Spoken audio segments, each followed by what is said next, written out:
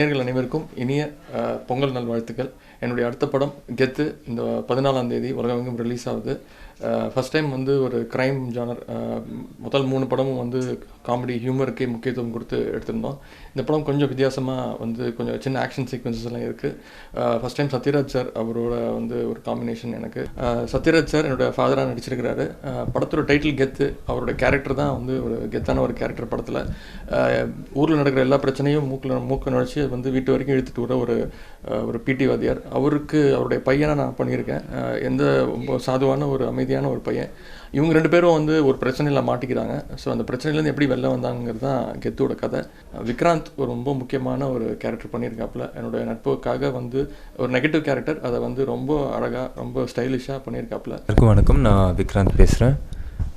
கெத்து படத்தில் வந்து நான் ஒரு நெகட்டிவ் ரோல் பண்ணியிருக்கேன். ஒரு ஸ்னைப்பராக பண்ணியிருக்கேன். நல்லா வந்திருக்கு. திருக்குமரன் படத்தோடைய டைரக்டர். அவருக்கு வந்து இது 2வது படம். மான் கராத்தேக்கு அப்புறமா இந்த படம் அவர் டைரக்ட் பண்ணியிருக்காரு. எல்லாருக்கும் வணக்கம். நான் கெத்து படத்தோட டைரக்டர் திருக்குமரன் பேசுகிறேன். இது என்னோடய செகண்ட் மூவி. என்னோடய ஃபஸ்ட்டு படம் மான் கராத்தே வந்து என்னோடய டைரக்டர் முருகதாஸ் சார் தான் ப்ரொடியூஸ் பண்ணார். அந்த படம் ரிலீஸ்க்கு அப்புறம் நான் அடுத்து என்ன பண்ண போகிறேன்னா, இந்த கதையை அவர்கிட்ட சொன்னேன். சார் இந்த மாதிரி ஒரு படம் பண்ணலான்னு இருக்குன்னு கேட்டால், ரொம்ப நல்லாயிருக்கு, யார் பண்ணுறாங்க, யார் ஐடியா வச்சுருக்க அப்படின்னாரு. இல்லை சார், இன்னும் எதுவும் ஐடியா பண்ணலாங்கும்போது அவர் தான் இந்த ஒரு ஐடியா சொன்னார். இது வந்து ஆக்ஷன் இது வரைக்கும் இறங்காத ஒரு ஹீரோ, ஆக்ஷன் டச் பண்ணாத ஒரு ஹீரோ இது பண்ணால் ஃப்ரெஷ்ஷாக இருக்கும். அதே சமயம் அந்த அப்பா கேரக்டர் வந்து நல்லா ஸ்ட்ராங்கான ஒரு ஆக்ஷன் இமேஜ் இருக்கிற ஒருத்தரை போடு, புதுசாக இருக்கும் காஸ்டிங்கு அப்படின்னாரு. அப்போது யார் அப்படிங்கும்போது யோசிச்சுட்டு இருக்கும்போது அப்போ சொன்னார், உதய் சார்கிட்ட கேட்டு பாடுறேன், இந்த படம் அவர் பண்ணாருன்னா புதுசாக இருக்கும், நல்லாயிருக்கும் அப்படின்னாரு. இல்லை சார், ஆல்ரெடி வந்து நாங்கள் வந்து மான் கராத்தேவே சாருக்கு தான் வந்து கதை சொன்னேன். கொஞ்சம் ஃபேண்டஸியாக இருக்குது, நான் இப்போ அந்த மாதிரி பண்ணால் ஷூட் ஆகுமான்னு எனக்கு தெரியல அப்படின்னு பயந்துக்கிட்டு அது வேணாம் அப்படின்னாரு. சரி அப்படிங்கும்போது, சார் ஆல்ரெடி அவர் வந்து கொஞ்சம் ஃபேண்டசி இருக்கிறதுனாலேயும் அந்த படமே பண்ணல, இது எப்படி சார் அப்படின்னு எப்படி கேட்குறது, வேணான்ட்டாருன்னா நல்லா இருக்காது சார் அப்படின்னா. சரி நான் பேசுகிறேன் அப்படின்ட்டு சாருக்கு ஃபோன் பண்ணார். ஃபோன் பண்ணிட்டு எங்கே இருக்கீங்கன்னு, நண்பேண்டா படம் ஷூட்டிங்கில் இருந்தார் ட்ரஸ்ட்புரமில். அப்போ அவரே என்னை காரில் கூப்பிட்டு வந்து நேராக ஷூட்டிங் ஸ்பாட்டுக்கு அப்போயும் சரி இன்றைக்கே கேட்டுடலாம் அப்படின்ட்டு வந்தார். வந்து ஸ்பாட்டில் பார்த்தாரு. சார் திருட்டு ஒரு கதை கேட்டேன், ரொம்ப நல்லா இருக்குது, நீங்கள் பண்ணிங்கன்னா நல்லாயிருக்குன்னு. நான் உதய் சார் கூட வந்து 7ஆம் அறிவு படம் கோ-டைரக்டராக ஒர்க் பண்ணியிருக்கேன். இப்போ அப்படின்னா சரிங்க சார் நான் கேட்டுடுறேன் அப்படின்னாரு. அப்போ சொன்னார், சார் இது ஒரு ஆக்ஷன் த்ரில்லர் சார், நீங்கள் பண்ணிங்கன்னா ரொம்ப சூப்பராக இருக்கும். அந்த இது வந்து எனக்கு ஆக்ஷன் செட் ஆகுமான்னு அவரோட பயத்தை சொன்னார். இல்லை சார் நல்லாயிருக்கும், ஸ்டோரியில் இருக்கிறதுனால இது வந்து ஒர்க் அவுட் ஆகும், நம்ம தனியாக ஏதாவது பண்ணோன்னா தான் அது வந்து துருத்திட்டு தெரியும் சார், இது வந்து கரெக்டாக இருக்கும் உங்களுக்கு, நான் கூட இருக்கேன், நீங்கள் தைரியமாக பண்ணுங்கள் அப்படின்னாரு. அப்படி ஃபார்ம் ஆனது தான் இந்த கருணாகரன். என்னோட வந்து ஒரு சின்ன காமெடி ரோல் பண்ணியிருக்காரு, ஹியூமர் ரோல் பண்ணியிருக்காரு. படம் வந்து செகண்ட் ஹாஃப் வந்து ஒரு சீரியஸான ஒரு த்ரில்லராக இருக்கும். இந்த படத்தில் வந்து உதயண்ணா வந்து இந்த மாதிரி பண்ணுறியா அப்படின்னு கேட்டாங்க. நான் பண்ணுறேண்ணா அப்படின்னு. அதுக்கப்புறம் வந்து டைரக்டர் வந்து மீட் பண்ணி இந்த மாதிரி கேரக்டரை இப்படி ஃபிசிக் இப்படி இருக்கணும் அப்படின்னாங்க. ஃபிசிக்கலாக வந்து கொஞ்சம் ஒர்க் பண்ண வேண்டியதாக இருந்துச்சு, அவ்வளோதான். மற்றபடி ஷூட்டிங் பண்ணதும் தெரியல, போனதும் தெரியல, முடிஞ்சதும் தெரியல. அவ்வளோ ஃப்ரெண்ட்லியாக ஜாலியாக என்ஜாய் பண்ணி பண்ணோம். ஏமி ஜாக்சன் அவங்க என்னோட இந்த வாட்டி ஃபஸ்ட் டைம் பேராக பண்ணியிருக்காங்க. சாங்ஸ்லாம் ரொம்ப நல்லா வந்திருக்கு. ஹாரிஸ் சார் மியூசிக், அவரோட அந்த 4th ஃபிலிம். சாங்ஸ் எல்லாமே ரொம்ப நல்லா ரீச் ஆகிருக்கு. எஸ்பெஷலி தில்லு முள்ளு, அப்புறம் முட்டை பஜ்ஜி, அப்புறம் மற்ற அனைத்து பாடல்களும். ஸோ கண்டிப்பாக படம் வந்து ரொம்ப நல்லா வந்திருக்கு. விஷுவலாக படம் ரொம்ப எக்ஸ்ட்ராண்டியாக வந்திருக்கு. சுகுமார் சாருடைய ஒர்க் வந்து இந்த படம் ரிலீஸ்க்கு அப்புறம் பெருசாக பேசப்படும். ஒரு ஹோம்ஒர்க்குன்ற மாதிரி எதுவும் இல்லை. ஏன்னா டைரக்டர் சொன்னது வந்து ஃபிசிக்கலாக மட்டும் நீ வந்து இந்த அப்பியரன்ஸில் வேணும் அப்படின்னு சொன்னாங்க, அவ்வளோதான். மற்றபடி வந்து எல்லாமே அவர் டிசைன் பண்ணி வச்சுக்கிட்டாரு. அவனோட லுக்குலேருந்து எல்லாமே வந்து அவர் சொல்லி கொடுத்ததை நம்ம அப்படியே ஃபாலோ பண்ணி பண்ணோம், அவ்வளோதான். விக்ராந்த் ரொம்ப சூப்பராக இந்த படத்தில் பண்ணியிருக்காரு, ரொம்ப ஸ்டைலாக இருக்குது. நீங்கள் ட்ரெய்லர் பார்த்துருப்பீங்க. ட்ரெய்லரில் எல்லாருமே சொன்னது தான், விக்ராந்தோட லுக்கு வேறு மாதிரி இருக்குது அப்படின்னு தான் சொல்கிறாங்க. ஆக்சுவலாக இந்த கதை பண்ணும்போது ஃபஸ்ட்டு விஷயம் வந்து ஒரு கதையில் வந்து வில்லன் ஸ்ட்ராங்காக இருந்தால் அந்த கதை ஸ்ட்ராங்காக இருக்கும்.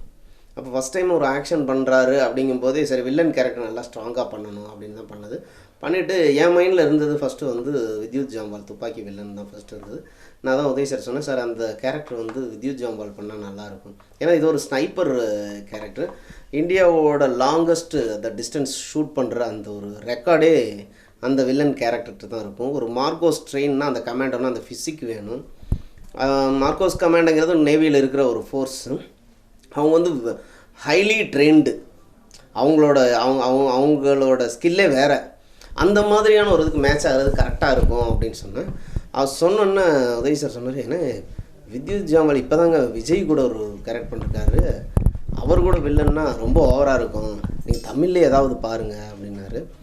அப்போது சார் தமிழ்லன்னா எல்லாருமே ரெகுலரான ஒரு விஷயங்கள் வில்லன் தான் பண்ணிகிட்டு இருக்காங்க, அப்போ நீங்கள் எனக்கு இன்னொரு ஆப்ஷன் கொடுங்க சார், ஏதாவது ஹீரோவாக இருந்து யாராவது ஃப்ரெஷ்ஷாக ஃபஸ்ட் டைம் வில்லன் பண்ணாங்கன்னா நல்லாயிருக்கும் அப்படின்னு சொல்லும்போது, சரி ஓகே உங்களுக்கு விக்ராந்த் எப்படி இருக்கும் அப்படின்னு கேட்டார். விக்ராந்த் நல்ல ஸ்போர்ட்ஸ்மேனு, ஃபிசிக்கு எல்லாமே, அந்த ஹைட் எல்லாமே கேரக்டர் கரெக்டாக இருக்கும் சார், கரெக்டாக இருக்கும் அப்படின்னா. அப்போ விக்ராந்த் உங்களுக்கு ஓகேவா அப்படின்னு கேட்டார். இல்லை சார் ஃபஸ்ட்டு நீங்கள் விக்ராந்த்கிட்ட கேட்டுக்கோங்க அவருக்கு ஓகேவான்னு, அதுக்கப்புறம் நம்ம பிளான் பண்ணலாம் அப்படின்னு. அப்போது விக்ராந்த்கிட்ட கேட்டார். விக்ராந்த் சார் கேட்டோன்னே ஆனால் நான் கண்டிப்பாக பண்ணுறேன் அப்படின்னு கதையே கேட்காமலே ஒத்துக்கிட்டார். இந்த படத்தில் விக்ராந்துக்கு டயலாக் ரொம்ப கம்மி, ஃபுல்லாக பாடி லாங்குவேஜ் தான், ஃபுல்லாக லுக்குலேயே மிரட்டணும். கொஞ்சம் அதை ஒர்க் அவுட் பண்ணணும் அப்படின்னா, எப்பயுமே ஒரு ஒரு ஒரு வெரி குட் பெர்ஃபார்மன்ஸ் அப்படின்னு எடுத்திங்கன்னா, ஒரு டைரக்டரோட ஐடியாவும் ஒரு ஆர்டிஸ்டோட டேலண்ட்டும் சேரும்போது தான் அது ஒரு நல்ல ஒரு பெர்ஃபார்மன்ஸாக மாறும். அதுக்கு ஒரு ஆர்டிஸ்டோட சப்போர்ட் வேணும். இதில் விக்ராந்த் ரொம்ப சூப்பராகவே பண்ணியிருக்காரு. இந்த படத்துக்கு அப்புறம் விக்ராந்த் ஒரு பெரிய ரவுண்டு வருவாருங்கிறது ஒரு நிச்சயமான உண்மை. படம் ஸ்டண்ட் மாஸ்டர் அன்பறிவு மாஸ்டர்னு சொல்லி மெட்ராஸ் படம் பண்ணவங்க. ஆல்ரெடி 2-3 ஃபைட் முடிச்சுட்டு அப்புறம் உதயண்ணா வரும்போது கிளைமேக்ஸ் ஃபைட் 2 பேர் சோலோ ஃபைட்டு பயங்கர ஒரு 9 days ஷூட் பண்ணோம். பயங்கர எஃபர்ட் போட்டோம் 2 பேருமே. ஏன்னா ரியலிஸ்டிக்காக இருக்கணும், ஒரு ஸ்ட்ரீட் ஃபைட் மாதிரி இருக்கணுன்றதுக்காக ஒரு எல்லா ஷாட்ஸுமே டூப்பு எதுவுமே யூஸ் பண்ணாமல் நாங்களே பண்ணோம். ஸோ அது நிறைய அடிங்கள்லாம் பட்டுச்சு. எல்லா ஷாட்லேயும் அட்லீஸ்ட் ஒரு கீரலாவது விழும். அது மறக்க முடியாமல், பட் ஆனால் ஜாலியாக இருந்துச்சு. எல்லாம் நல்ல ஃப்ரெண்ட்லியான டீம்ன்றதுனால என்ஜாய் பண்ணி முடிச்சிட்டோம். ஸ்டண்ட் சீக்வன்ஸ் அதுக்கு ரொம்ப கஷ்டப்பட்டோம். ஆனால் இந்த படத்துக்கு அதான் ஃபஸ்ட்டு பிளான் பண்ணும்போது இது அப்பா கேரக்டர் ஒரு நல்ல ஸ்ட்ராங்கான ஒரு ஆக்ஷன் இமேஜ் இருக்கிற ஒருத்தர் பண்ணணும்னு முடிவு பண்ணியிருந்தோம். அப்போது இது ஒரு அப்பா கேரக்டர் ஒரு பிடி வாத்தியார் ரோலு, அதுக்கான ஃபிசிக் இருக்கணும், ப்ளஸ் ஆக்ஷன் இமேஜ் இருக்கணுங்கும்போது நான் சத்யராஜ் சார் பண்ணால் நல்லாயிருக்கும் அப்படின்னு சொன்னேன். சரி, அப்போது சத்யராஜ் சார் பாகுபலி கட்டப்பா ரோல் பண்ணிகிட்டு இருந்தார். சார் இந்த கதை நீங்கள் ஒத்துக்கிட்டு பண்ணிங்கன்னா இந்த கதைக்கு அது பெரிய ப்ளஸ்ஸு சார். ஏன்னா உங்களோட இமேஜ் எங்களுக்கு தேவைப்படுது. ஒரு 100 படத்துக்கு மேலே நீங்கள் ஹீரோவாக பண்ணியிருக்கீங்க, நீங்கள் ஒரு ஃப்ரேமில் first time Uday sir action பண்ணுறாரு, அப்போது உங்களோட இமேஜ் இந்த ஸ்டோரிக்கு ஹெல்ப்பாக இருக்கும் சார். நீங்கள் அந்த ஃப்ரேமில் பக்கத்தில் நின்றுட்டு அர்ரா பார்க்கலாம் அப்படின்னு சொன்னால் அந்த ஒரு இம்பேக்டே வேறு மாதிரி இருக்கும் சார் அப்படின்னு. சரின்னு ஃபுல்லாக கதையை கேட்டு நான் உதய் சாருக்காக இந்த ரோல் பண்ணுறேன் அப்படின்னு ஒத்துக்கிட்டார். வழக்கமாக சத்யராஜ் சார் ஒரு நக்கல் கலந்து ஒரு கேரக்டர் ஒன்று பண்ணிகிட்டு இருப்பார். அது எல்லாமே இந்த படத்துலையும் இருக்குது. உதய் சார் அதுக்கு அப்படியே 2 பேரும் அப்பா பையன் ரோல் தான் பண்ணுறாங்க. அப்படியே அதுக்கு ஆப்போசிட்டான ஒரு கேரக்டர். எதுவாக இருந்தாலும் கொஞ்சம் அதிர்ந்து பேச மாட்டார், ஒரு வம்பு சண்டை வருதுன்னா விலகி போவார். சத்யராஜ் சார் அப்படியே ஆப்போசிட், தேடி போய் சண்டைக்கு போகிற ஒரு கேரக்டர். சத்யராஜ் சார் நிறைய என்கரேஜ் பண்ணுவார். என்னை அடிக்கடி பார்க்கும்போது நீ ஹார்ட் ஒர்க் பண்ணிகிட்டே இரு, நீ கண்டிப்பாக ஒரு நாள் பெருசாக அடிப்ப அப்படின்ட்டு நிறைய என்கரேஜ் பண்ணுவார்.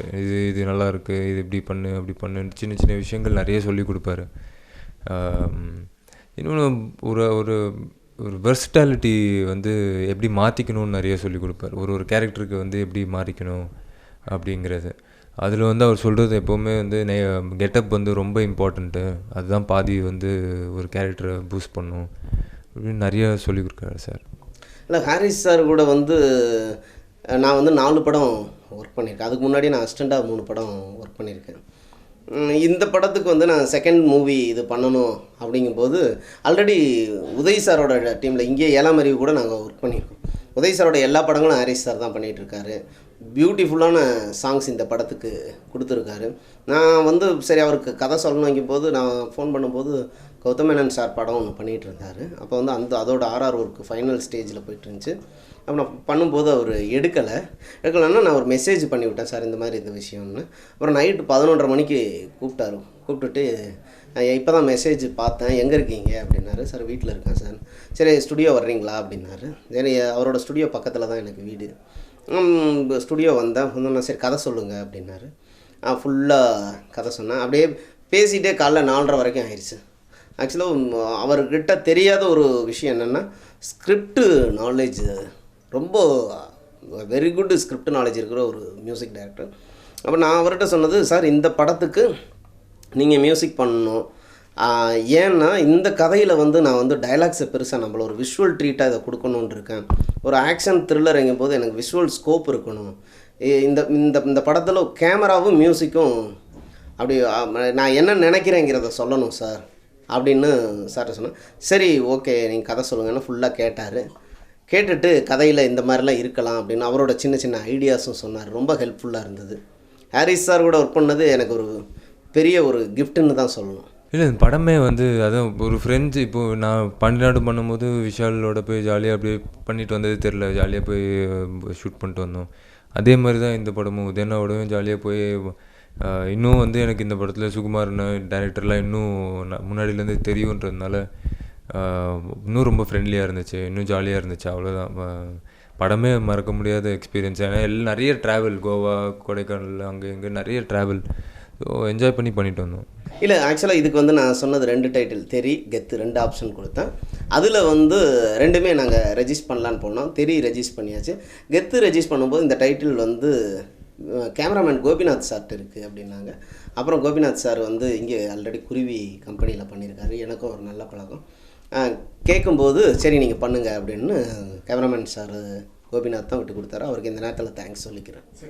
எல்லோரும் சொல்கிறது வந்து லுக்கு ரொம்ப நல்லா இருக்குது, அப்படியே வந்து இவ்வளோ நாள் பார்த்ததுக்கும் இப்போதைக்கும் வேறு மாதிரி இருக்குது, ரொம்ப நல்லா இருக்குன்ற மாதிரி சொல்கிறாங்க. ஸோ எல்லாருமே படம் பார்க்க வெயிட்டிங்.